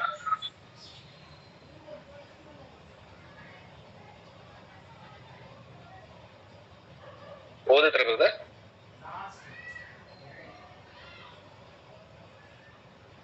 ಇಂಥವನೇ ನಮಗೆ ಬೇಕಾದ ಮಹಾಯಾಜಕನು. ಈತನು ಪರಿಶುದ್ಧನು, ನಿರ್ದೋಷಿಯು, ನಿಷ್ಕಳಂಕನು, ಪಾಪಿಗಳಲ್ಲಿ ಸೇರದೆ ಪ್ರತ್ಯೇಕವಾಗಿ. ಇಂಥವನೇ ನಮಗೆ ಬೇಕಾದ ಮಹಾಯಾಜಕನು. ಈತನು ಪರಿಶುದ್ಧನು, ನಿರ್ದೋಷಿಯು, ನಿಷ್ಕಳಂಕನು, ಪಾಪಗಳಲ್ಲಿ ಸೇರದೆ ಪ್ರತ್ಯೇಕವಾಗಿರುವವನು, ಆಕಾಶನ ಮಂಡಲಗಳಿಗಿಂತ ಉನ್ನತದಲ್ಲಿರುವವನು ಆಗಿರುವನು. ಈ ಮೊದಲಿಂಗನು ಹೇಗಿದ್ದಾನೆ? ಪರಿಶುದ್ಧನು, ನಿರ್ದೋಷಿಯು, ನಿಷ್ಕಳಂಕನು, ಪಾಪಿಗಳಲ್ಲಿ ಸೇರದೆ ಪ್ರತ್ಯೇಕವಾಗಿರುವ. ಯೇಸು ಕ್ರಿಸ್ತನು ಪರಿಶುದ್ಧನು, ಕಲ್ಮಶ ಇಲ್ಲದತನು, ಪಾಪದ ಸೋಂಕು ಅಂಟಿಸಿಕೊಳ್ಳಲಾರದೆ ಜೀವನ ಮಾಡಿದಂತ ವ್ಯಕ್ತಿ ಯೇಸು ಕ್ರಿಸ್ತನು. ಅಂತ ಪರಿಶುದ್ಧನ ಸಂಗಡ ನಿಶ್ಚಿತಾರ್ಥ ಮಾಡಿಕೊಳ್ಳಬೇಕಾದ್ರೆ ಆ ಮೊದಲಿಗಿತ್ತಿ ಕೂಡ ಹೆಂಗಿರ್ಬೇಕು ಅಂತಂದ್ರೆ ಪರಿಶುದ್ಧವಾಗಿರ್ಬೇಕು. ಈಗ ಮೊದಲಿಗಿತ್ತಿ ಪರಿಶುದ್ಧವಾಗಿರ್ಬೇಕಂತಂದ್ರೆ ಅದನ್ನ ಯಾವ ರೀತಿಯಲ್ಲಿ ಆತನು ನಿಶ್ಚಿತಾರ್ಥ ಮಾಡಿಕೊಂಡಿದ್ದಾನಂತಂದ್ರೆ ಅಪೊಸ್ತಲ ಕೃತ್ಯ 20ನೇ ಅಧ್ಯಾಯ 28ನೇ ವಚನದಲ್ಲಿ ನಾವು ನೋಡ್ತಾ ಇದ್ವಿ. ಸ್ವರಕ್ತವನ್ನು ಸುರಿಸಿ ಸಂಪಾದಿಸಿಕೊಂಡಿರ್ತಕ್ಕಂತ ವಧು ಮೊದಲಿಗಿತ್ತಿ. ಆ ಮೊದಲಿಗಿತ್ತಿಯನ್ನ ರಕ್ತವನ್ನು ಕೊಟ್ಟು ಪಾಪಗಳನ್ನು ತೊಡೆದು ಪರಿಶುದ್ಧವನ್ನಾಗಿ ಮಾಡಿಕೊಂಡು ನಿಶ್ಚಿತಾರ್ಥ ಮಾಡಿಕೊಂಡಿದ್ದಾನೆ. ಮೊದಲಿಗಿತ್ತಿ ಕೂಡ ಪರಿಶುದ್ಧವಾಗಿರ್ಬೇಕಂತ ಹೇಳಿ ಆತನ ಪರಿಶುದ್ಧನಾಗಿರೋ ಪ್ರಕಾರ ಮೊದಲಿಗಿತ್ತಿ ಆಗಿರ್ತಕ್ಕಂತ ವಧು ಕ್ರಿಸ್ತನ ಸಭೆ ವಧು. ಮೊದಲಿಂಗನು ಯೇಸು ಕ್ರಿಸ್ತ, ಸಭೆ ಮೊದಲಿಗೆ. ಆ ಸಭೆಯನ್ನ ಯಾವ ರೀತಿಯಲ್ಲಿ ಅದನ್ನು ಕೊಂಡುಕೊಂಡಿದ್ದಾನೆ ಅಂದ್ರೆ ರಕ್ತವನ್ನು ಕೊಟ್ಟು ಸಂಪಾದಿಸಿಕೊಂಡಿದ್ದಾನೆ ವಧುವನ್ನ, ಮೊದಲಿಗಿತ್ತಿಯನ್ನ. ಪ್ರಕಟಣೆ ಗ್ರಂಥ 5ನೇ ಅಧ್ಯಾಯ 9ನೇ ವಚನದಲ್ಲಿ ಕೂಡ ನಾವು ನೋಡ್ತೇವೆ. ಈ ರೀತಿಯಲ್ಲಿ ಸಂಪಾದಿಸಿಕೊಂಡಿರ್ತಕ್ಕಂತ ಆತನು ರಕ್ತವನ್ನು ಕೊಟ್ಟು ವಧುವನ್ನ ಆತನು ಸಂಪಾದನೆ ಮಾಡಿಕೊಂಡಿದ್ದಾನೆ, ವಧುವನ್ನಾಗಿ ಮಾಡಿಕೊಂಡಿದ್ದಾನೆ. ಈ ವಧುವನ್ನಾಗಿ ಮಾಡಿಕೊಂಡಿರ್ತಕ್ಕಂತ ಏನ್ ಮಾಡಿದ್ದಾರೆ? ಅಪೊಸ್ತಲರು ನಿಶ್ಚಿತಾರ್ಥ ಮಾಡಿದ್ದಾರೆ. ಅದಕ್ಕೆ ಅಪೊಸ್ತಲ ಪೌಲನು ಕೊರಿಂಥ ಸಭೆಗೆ ಹೇಳ್ತಾನೆ, ನಾನು ನಿಮಗೆ ಕ್ರಿಸ್ತನೆಂಬ ಒಬ್ಬನೇ ಪುರುಷನಿಗೆ ಶುದ್ಧ ಕನ್ನಿಕೆಯಂತೆ ನಾವು ನಿಮ್ಮನ್ನು ನಿಶ್ಚಯ ಮಾಡಿದೆವಲ್ಲ ಅಂತ. ನಿಶ್ಚಯ ಆಗಿದೆ, ಈಗ ಮದುವೆ ಪರಲೋಕದಲ್ಲಿ ನಡೀತದೆ. ಆದ್ರೆ ಈ ನಿಶ್ಚಿತಾರ್ಥ ಮಾಡಿಕೊಂಡ ಮೇಲೆ ನಾವು ಏನ್ ಮಾಡ್ತಾ ಇದೀವಿ?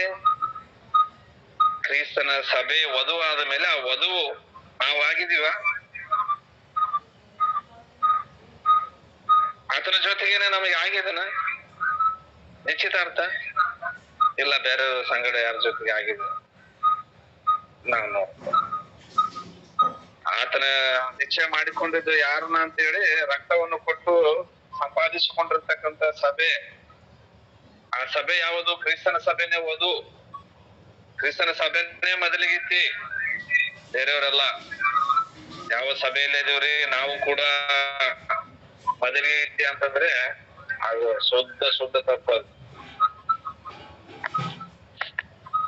ಕ್ರಿಸ್ತನ ಸಭೆಯಲ್ಲಿ ಇರಲಾರದವರು ನಾವು ಬೇರೆ ಸಭೆಯಲ್ಲಿ ಇದ್ದುಕೊಂಡು ನಾವು ಆತನ ಜೊತೆಗೆ ನಿಶ್ಚಯ ಮಾಡಿದಂತೆ ಹೇಗೆ ಸಾಧ್ಯ ಅಂತ ಹೇಳೋದಕ್ಕೆ, ಆತನ ಜೊತೆ ನಾವು ನಿಶ್ಚಯ ಮಾಡಿಕೊಂಡ ಮೇಲೆ ಮತ್ತೀಗ ನಾವ್ ಯಾರ ಹೆಸರು ಹೇಳ್ಬೇಕಾಗಿದೆ? ಈಗ ಕ್ರಿಸ್ತನ ಸಭೆ ಅಂತೇಳಿ ಹೇಳಲಾರ್ದೆ ನಾವು ಬೇರೆ ಸಭೆ ಅಂತ ಹೇಳ್ಕೊಂಡು ನಿಜವಾಗ್ಲೂ ನಾವು ಆತಗೆ ನಿಶ್ಚಯ ಮಾಡಿಕೊಂಡಿದ್ವ? ಆತನ ಜೊತೆ ನಮಗೆ ನಿಶ್ಚಯ ಆಗಿದನ, ನಿಶ್ಚಿತಾರ್ಥ ಆಗಿದನ? ನಾವೊಂದ್ಸಾರಿ ಇದನ್ನ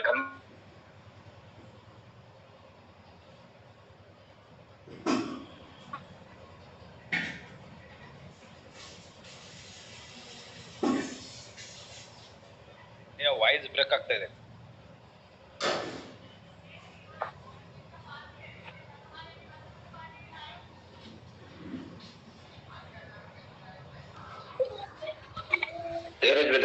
ಅಧ್ಯಾಯ 26ನೇ ವಚನ. ಬ್ರದರ್ ನೆಟ್ವರ್ಕ್ ಪ್ರಾಬ್ಲಮ್ ಇದೆ.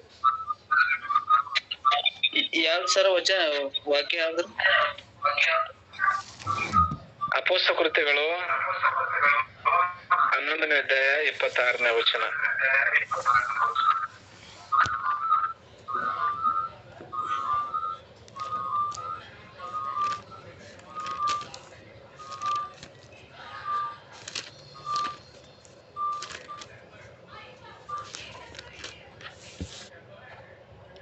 ಓಕೆ, ನನ್ನ ಸಮಯ ಮುಗಿತು.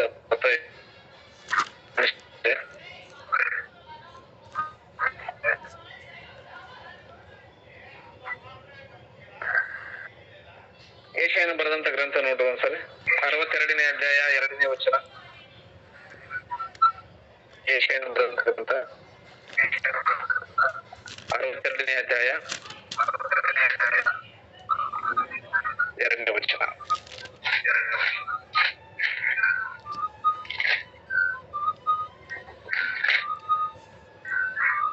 ಜನಾಂಗಗಳು ನಿನ್ನ ಧರ್ಮವನ್ನು, ಸಕಲ ರಾಜರು ನಿನ್ನ ವೈಭವವನ್ನು ನೋಡುವರು.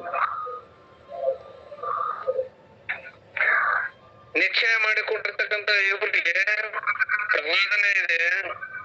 ಯೆಶಾಯನು ಹೇಳ್ತಾ ಇದ್ದಾನೆ 1ನೇ ವಚನದಲ್ಲಿ, ಚೀಯೋನಿನ ಧರ್ಮವು ಪ್ರಕಾಶಗೊಳ್ಳುವ ತನಕ ಯೆರೂಸಲೇಮಿನ ರಕ್ಷಣೆಯು ದಿವಟಿಗೆಯಂತೆ ಪ್ರಜ್ವಲಿಸುವವರೆಗೂ ನಾನು ಮೌನವಾಗಿರದೆ ಚೀಯೋನಿನ ಹಿತವನ್ನು ರಕ್ಷಿಸುತ್ತಿರುವೆನು. ಸುಮ್ಮನೆ ಕ್ಷೇಮವನ್ನು ಚಿತ್ರಿಸುತ್ತಿರುವೆನು. ಜನಾಂಗಗಳು ನಿನ್ನ ಧರ್ಮವನ್ನು, ಸಕಲ ರಾಜ್ಯರು ನಿನ್ನ ವೈಭವವನ್ನು ನೋಡುವರು. ಯೆಹೋವನ ಬಾಯಿ ನೇಮಿಸಿದ ಹೊಸ ಹೆಸರು. ನಿಶ್ಚಿತಾರ್ಥ ಮಾಡಿಕೊಳ್ತಕ್ಕಂಥ ಇವರಿಗೆ ಹೊಸ ಹೆಸರು ಸಿಗುತ್ತಂತೆ. ಮೊದಲಿಗೆ ಏನ ಹೊಸ ಹೆಸರು ಯಾವುದು? ನಿಶ್ಚಿತಾರ್ಥ ಮಾಡಿಕೊಂಡ ಮೇಲೆ ಇವ್ರಿಗೆ ಹೊಸ ಹೆಸರು ಸಿಗುತ್ತಂತೆ.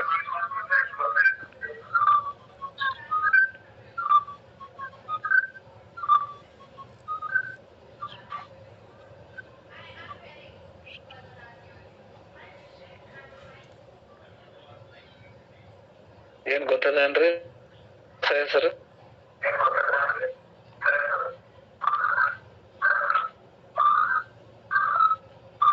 ಯಾರ್ಯಾರು ಗೊತ್ತಾ?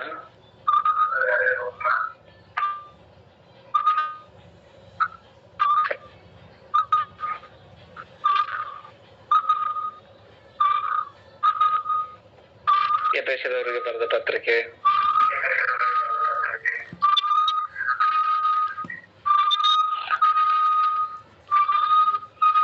ಆ ಹೊಸ ಹೆಸರು. ನಮ್ಮ ಸಮಯ ಮುಗಿತು. ಆ ಹೊಸ ಹೆಸರು ಏನಂದ್ರೆ ಕ್ರೈಸ್ತರು. ಕ್ರೈಸ್ತರು ಅಂತೇಳಿ ಯಾರಿಗೆ ಕರೆಯಲ್ಪಡ್ತಾ ಇದಾರೆ ಅಂದ್ರೆ ಕ್ರಿಸ್ತನ ಸಭೆಯಲ್ಲಿ ಇದ್ದವರೇ ಕ್ರೈಸ್ತರು.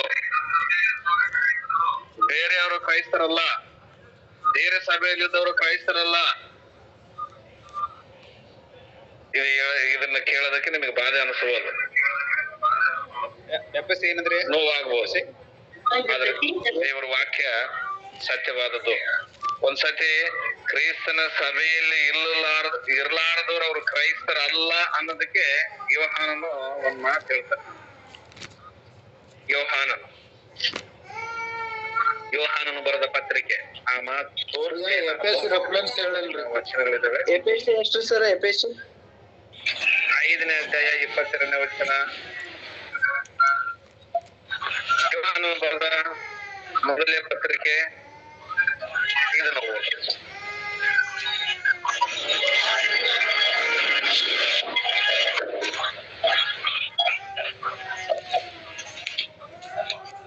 ಯೋಹಾನನು ಬರೆದ ಮೊದಲನೇ ಪತ್ರಿಕೆ 2ನೇ ಅಧ್ಯಾಯ 19ನೇ ವಚನ.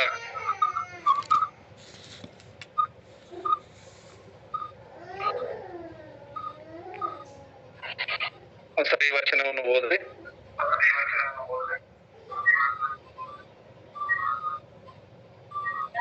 ಅವರು ನಮ್ಮನ್ನು ಬಿಟ್ಟು ಹೊರಟು ಹೋದರು, ಆದರೆ ಅವರು ನಮ್ಮವರಾಗಿರಲಿಲ್ಲ. ಅವರು ನಮ್ಮವರಾಗಿದ್ದರೆ ನಮ್ಮ ಜೊತೆಯಲ್ಲೇ ಇರುತ್ತಿದ್ದರು. ಆದರೆ ಅವರು ನಮ್ಮನ್ನು ಬಿಟ್ಟು ಹೋದುದರಿಂದ ಕ್ರೈಸ್ತರೆನ್ನಿಸಿಕೊಳ್ಳುವವರೆಲ್ಲರೂ ನಮ್ಮವರಲ್ಲವೆಂಬುದು ಸ್ಪಷ್ಟವಾಗಿ ತೋರಬಂತು. ಕ್ರೈಸ್ತರೆನಿಸಿಕೊಳ್ಳುವವರು ಎಲ್ಲರೂ ಕ್ರೈಸ್ತರಲ್ಲ. ಕ್ರಿಸ್ತನ ಸಭೆಯಲ್ಲಿ ಇರುವವರೇ ಕ್ರೈಸ್ತರು. ಆ ಕ್ರಿಸ್ತನ ಸಭೆನೇ ಕ್ರಿಸ್ತನ ವಧು. ಮೊದಲಿಗೆ ಕ್ರಿಸ್ತನ ಸಭೆ, ಮೊದಲಿಂಗನು ಯೇಸು ಕ್ರಿಸ್ತನು. ಆ ಮೊದಲಿಂಗನ ಜೊತೆಗೆ ನಮಗೆ ನಿಶ್ಚಿತಾರ್ಥವಾಗಿದೆ. ಅದನ್ನೇ ಆತನು ಬರುವ ತನಕ ನಾವು ಪರಿಶುದ್ಧತೆಯನ್ನ ಕಾಪಾಡಿಕೊಳ್ಳಬೇಕು. ಆತನು ಹೇಳಿದಂತ ಮಾತುಗಳನ್ನು ನಾವು ಅನುಸರಿಸಿ ಬದುಕಬೇಕು. ಶುದ್ಧ ಕನ್ನಿಕೆಯಂತೆ ನಿಷ್ಕಳಂಕವಾಗಿ ನಾವು ಆತನ ಜೊತೆಯಲ್ಲಿ ಆತನು ಹೇಳಿದಂತ ಮಾತುಗಳನ್ನು ಕೇಳುತ್ತಾ ನಮ್ಮ ಭಕ್ತಿಯ ಜೀವನವನ್ನು ಸಾಗಿಸಿದರೆ ಆತನು ಬರ್ತಾನೆ. ಆ ಮೊದಲಿಗೆ ನಿಶ್ಚಯ ಮಾಡಿಕೊಂಡದಲ್ಲ, ನಿಶ್ಚಯ ಮಾಡಿಕೊಂಡ ಜೊತೆಗೆ ಮದುವೆ ಆಗುತ್ತಾರೆ. ಬೇರೆಯವ್ರ ಜೊತೆಗೆ ಹೆಂಗಾಗುತ್ತೆ ಮದುವೆ? ಆ ಬೇರೆ ಸಭೆಯನ್ನು ನಿಶ್ಚಯ ಮಾಡಿಕೊಂಡನ ಆತನು. ಬೇರೆ ಆತನು ಒಂದು ವೇಳೆ ಪರಲೋಕಕ್ಕೆ ಕರ್ಕೊಂಡು ಹೋದ್ರೆ ಅದು ವ್ಯಭಿಚಾರಕ್ಕೆ ಸಮಾನ. ಅದು ಯೇಸು ಕ್ರಿಸ್ತನ ಮಾತು ಸುಳ್ಳಾತ, ದೇವ್ರ ಮಾತು ಸುಳ್ಳಾಗುತ್ತೆ. ಆತನ ಯಾರ ಜೊತೆ ನಿಶ್ಚಯ ಮಾಡಿಕೊಂಡನ ಅವ್ರನ್ನೇ ಮದುವೆ ಆಗ್ತಾನತ. ನಿಶ್ಚಯ ಮಾಡಿಕೊಂಡಿದ್ದು ಕ್ರಿಸ್ತನ ಸಭೆಯನ್ನ. ಆ ಕ್ರಿಸ್ತನ ಸಭೆ ವಧು. ಕ್ರಿಸ್ತನ ಸಭೆನೇ ಮೊದಲಿಗಿತ್ತು, ಮೊದಲಿಂಗನ ಯೇಸು ಕ್ರಿಸ್ತನ. ಅದಕ್ಕೆ ಈಗ ನಾವು ಯಾರ ಜೊತೆಗೆ ನಿಶ್ಚಯ ಮಾಡಿಕೊಂಡಿದ್ದೀವೋ ಇದರಲ್ಲಿ ಇರ್ತಕ್ಕಂಥವ್ರು ನೋಡ್ರಿ. ಒಂದ್ ವೇಳೆ ಬೇರೆ ಪುರುಷರ ಜೊತೆಗೆ ಅಂದ್ರೆ ಬೇರೆ ಯಾವ್ದೋ ಒಂದು ಮತ ಶಾಖೆಗಳಿಗೆ ನಾವು ನಿಶ್ಚಯವಾಗಿದ್ದೀವ, ಹಾಗಿದ್ರೆ ನಾವು ಪರಲೋಕ ದಕ್ಕದಿಲ್ಲ. ಯಾಕಂದ್ರೆ ಆತನ ನಿಶ್ಚಯ ಮಾಡಿಕೊಂಡಿದ್ದಾನೆ. ಆ ನಿಶ್ಚಯ ಮಾಡಿಕೊಂಡ ಜೊತೆಗೇನೆ ಆತನು ಮದುವೆ ಆಗ್ತಾನೆ. ಆತನು ರಾಜನ ಪರಲೋಕದಲ್ಲಿದ್ದಾನೆ. ನಿಶ್ಚಿತವಾಗಿ ಈಗ ಆಗಿದೆಲ್ಲ, ಇದನ್ನ ವಧುವನ್ನು ಕರ್ಕೊಂಡು ಹೋಗಕ್ ಆತನು ಬರ್ತಾ ಇದ್ದಾನೆ. ಆ ವಧುವನ್ನು ಕರ್ಕೊಂಡು ಹೋದ್ರೆ ರಾಜ ಪರಲೋಕದಲ್ಲಿದ್ದಾನೆ. ಹೆಂಡತಿ ಆಗಿರ್ತಕ್ಕಂಥ ಸಭೆ, ಕ್ರಿಸ್ತನ ಸಭೆ ಅಲ್ಲಿ ಪರಲೋಕದಲ್ಲಿರುತ್ತೆ. ಬೇರೆ ಸಭೆ ಪರಲೋಕದಲ್ಲಿರಲ್ಲ. ಇದನ್ನ ನೀವು ಗಂಭೀರವಾಗಿ ಪ್ರತಿಯೊಬ್ಬರು ಆಲೋಚಿಸ್ರಿ. ಒಂದು ವೇಳೆ ಸರಿಯಾದಂತ ರೀತಿಯಲ್ಲಿ ನಾವು ತಿಳಿದುಕೊಂಡು ಇಲ್ಲ ಬೇರೆ ಸಭೆಯಲ್ಲಿ ಇದ್ದೀವಿ ಅಂತ ಹೇಳಿ ಬಿಟ್ಟು ನೀವು ಕ್ರಿಸ್ತನ ಸಭೆಯಲ್ಲಿ ನೀವು ಸದಸ್ಯರಾಗೋದಕ್ಕೆ ನೀವು ಪ್ರಯತ್ನ ಮಾಡ್ರಿ. ಯಾಕಂದ್ರೆ ಕ್ರಿಸ್ತನ ಸಭೆನೇ ವಧು, ಕ್ರಿಸ್ತನ ಸಭೆನೇ ಪರಲೋಕಕ್ಕೆ ಹೋಗೋದು. ಕ್ರೈಸ್ತರು ಎನಿಸ್ಕೊಳ್ಳುವಂತವ್ರು ಎಲ್ಲರೂ ಕ್ರೈಸ್ತರಲ್ಲ. ಅದಕ್ಕಾಗಿ ಈ ಅವಕಾಶವನ್ನು ಮಾಡಿಕೊಟ್ಟಂತ ಪತ್ರಕರ್ತರಿಗೂ ಇದುವರೆಗೂ ದೇವರ ವಾಕ್ಯವನ್ನು ಶ್ರದ್ಧೆಯಿಂದ ಕೇಳುವಂತ ನಿಮ್ಮೆಲ್ಲರಿಗೂ ನಾನು ವಂದಿಸಿ ಈ ಮಾತುಗಳನ್ನು ಮುಕ್ತಾಯ ಮಾಡ್ತೇನೆ. ಈ ವಾಕ್ಯವನ್ನು ನಮ್ಮನೆ ಮಾತನಾಡಬೇಕಾಗಿ ದೇವರು ಆಶೀರ್ವದಿಸಿ. ಧನ್ಯವಾದ. ತುಂಬಾ ಹೃದಯ ಧನ್ಯವಾದಗಳು. ಇಲ್ಲಿವರೆಗೆ ನಾವು ಸಭೆಯು ನಿಶ್ಚಿತಾರ್ಥ ಮಾಡಲ್ಪಟ್ಟಂತ ಕ್ರಿಸ್ತನ ವಧುವಾಗಿದೆ ಎಂಬುದಾಗಿ, ಆ ವಧುವು ಕ್ರಿಸ್ತನ ಹೆಸರನ್ನ ಧರಿಸಿಕೊಳ್ಳಬೇಕೆಂಬುದಾಗಿ, ಆ ವಧುವೇ ಯೇಸು ಕ್ರಿಸ್ತನು ಪರಲೋಕದಿಂದ ಬಂದು ಅದನ್ನ ಕರೆದುಕೊಂಡು ಹೋಗ್ತಾನೆ ಅನ್ನುವಂತ ಅನೇಕ ವಿಷಯಗಳನ್ನ ನಮಗೆ ಸಹೋದರಿಗೆ ಇವರಿಗೆ ತಿಳಿಸಿದ್ದಾರೆ. ಸೊ ಆ ವಿಷಯಗಳನ್ನ ನಾವು ಆಲೋಚನೆ ಮಾಡೋಣ. ಸೊ ನಾವು ಯಾರಾಗಿದ್ದೇವೆ, ನಾವು ಕ್ರೈಸ್ತರಾಗಿದ್ದೇವಾ ಅಥವಾ ಬೇರೆಯವರಾಗಿದ್ದೇವಾ ಅಂತ ನಾವು ಆಲೋಚನೆ ಮಾಡೋಣ. ಯಾಕಂದ್ರೆ ಕ್ರೈಸ್ತರೆನಿಸಿಕೊಳ್ಳುವವರೆಲ್ಲರೂ ಕ್ರೈಸ್ತರೆಂಬುದಾಗಿ ವಾಕ್ಯ ಹೇಳ್ತದೆ. ಇದು ನಾವು ಹೇಳುವಂತದ್ದಲ್ಲ, ದೇವರು ವಾಕ್ಯದಲ್ಲಿ ಹೇಳುವಂತದ್ದು. ಯಾರು ಕ್ರೈಸ್ತರಾಗಿರ್ತಾರೆ ಅಂದ್ರೆ ಕ್ರಿಸ್ತನ ಹೆಸರನ್ನ ಧರಿಸಿಕೊಂಡವರು ಕ್ರೈಸ್ತರು.